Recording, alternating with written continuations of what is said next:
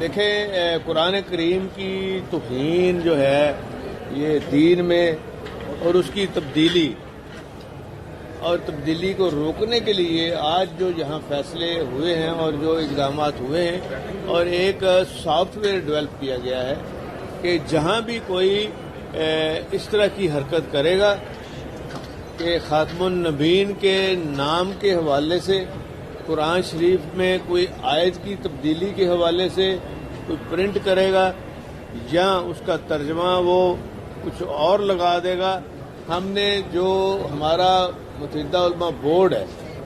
ایک سسٹم قرآن بورڈ کے آفس میں وہاں پورا ہمارا سافٹ ویئر سسٹم ہوگا. ایک یہاں آئی ٹی کے پاس ہوگا. اگر کوئی آٹومیٹکلی ان کو پتہ چل جائے گا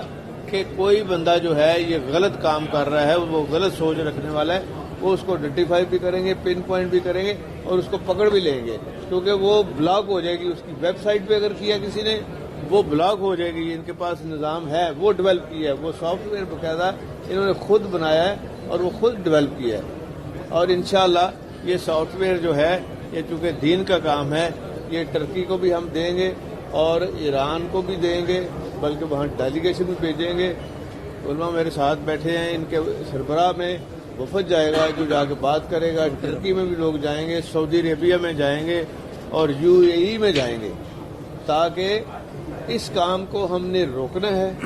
کہ قرآن شریف کی جہاں اشاعت ہو رہی ہوگی اور جہاں ترجمہ ہو رہا ہوگا, اگر کوئی غلط کام کرے گا تو جو ہی یہ آن لائن چیزیں آئیں گی, ویب سائٹ پہ آئیں گی, YouTube پہ آئیں گی, وہ بلاک ہو جائے گا.